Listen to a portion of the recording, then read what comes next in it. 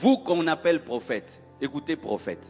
Je ne suis pas contre les prophètes, je suis contre les faux prophètes. Et les faux prophètes, vraiment, je serai contre vous. Mais les vrais prophètes, je suis pour vous. Moi-même, je prophétise. J'ai grandi parmi des prophètes. J'ai plein d'amis qui sont des prophètes. Ma femme est prophétesse. Je crois aux prophéties. Mais les fausses, non. Alors, si tu es un vrai prophète, vous savez comment le mensonge entre? On te présente que tu es prophète. Mais quand tu montes, Dieu ne donne rien. Comme on t'a déjà présenté prophète, comme tu as l'orgueil prophétique, tu dois prouver que tu es prophète. Et maintenant, tu vas inventer et tu vas donner des prophéties sur base de l'expérience prophétique.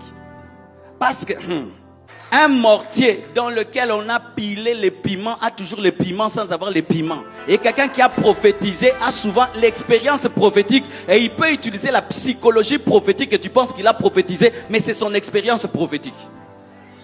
Par exemple, si je dis là, Dieu me dit, il y a des hommes de Dieu depuis que tu as commencé le ministère ne grandit pas. Viens devant, Dieu m'a parlé. Combien vous allez passer ici?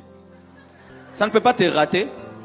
Le Seigneur me dit, il y a des hommes de Dieu qui ont des problèmes dans leur couple. Dieu, ils sont plus de 10, plus de 10. Est-ce que ça va rater? Tu as des problèmes, non? C'est l'expérience. Ça fait des années que je suis pasteur. Je connais des choses qui ne ratent pas. Il y a des choses qui ne ratent pas. Les femmes qui ont des problèmes de bas-ventre, ça ne rate jamais. Est-ce que ça rate? Est-ce qu'il n'y en a pas ici?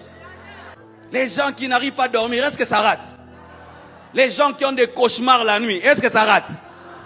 Alors quand tu prophétises, tu dois être sûr que ce n'est pas l'expérience, mais c'est Dieu qui te parle. Regardez des hommes, un grand prophète comme Élisée, Dieu ne lui dit rien, il ne voit rien. Quand Dieu ne parle pas, prends la Bible, prêche, c'est la plus grande prophétie. Alléluia. Quand il n'y a pas de parole de connaissance, il n'y a rien. C'est pourquoi l'église ne doit pas être un lieu de spectacle.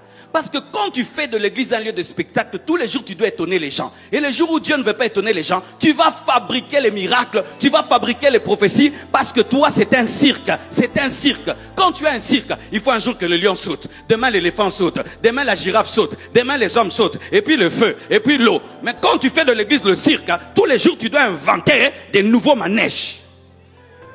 L'église est une école. Est une école, est une école, est une famille et une école. Ce n'est pas un cirque.